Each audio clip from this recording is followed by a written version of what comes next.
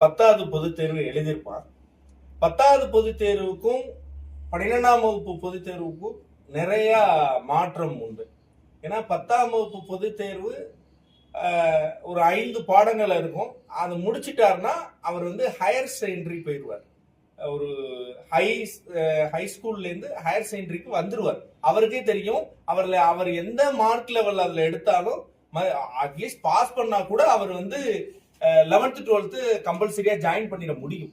ஆனா ஒரு +2ல சரியான மார்க் எடுக்கலன்னா அவர் நல்ல ஒரு ப்ரொஃபஷனல் கோர்ஸ்ல அடாப்ட் ஆக முடியாது. நம்பர் 1, நல்ல ஒரு ப்ரொஃபஷனல் கோர்ஸ்ல அடாப்ட் ஆக முடியாது. இது முதல். அப்ப அந்த ப்ரொஃபஷனல் கோர்ஸ்னா என்ன அப்படின்னு பார்க்கும்போது அதுதான் நம்ம மருத்துவம், பொறியியல், சட்டத்துறை, வேளாண் துறை, இந்த மாதிரி நிறைய துறை, அதாவது வேலை வாய்ப்பு தரக்கூடிய ஸ்கில் பேஸ்டு கோர்சஸ், சில கோர்சஸ் இதுக்கெல்லாம் அவர் அடாப்ட் ஆக முடியாது.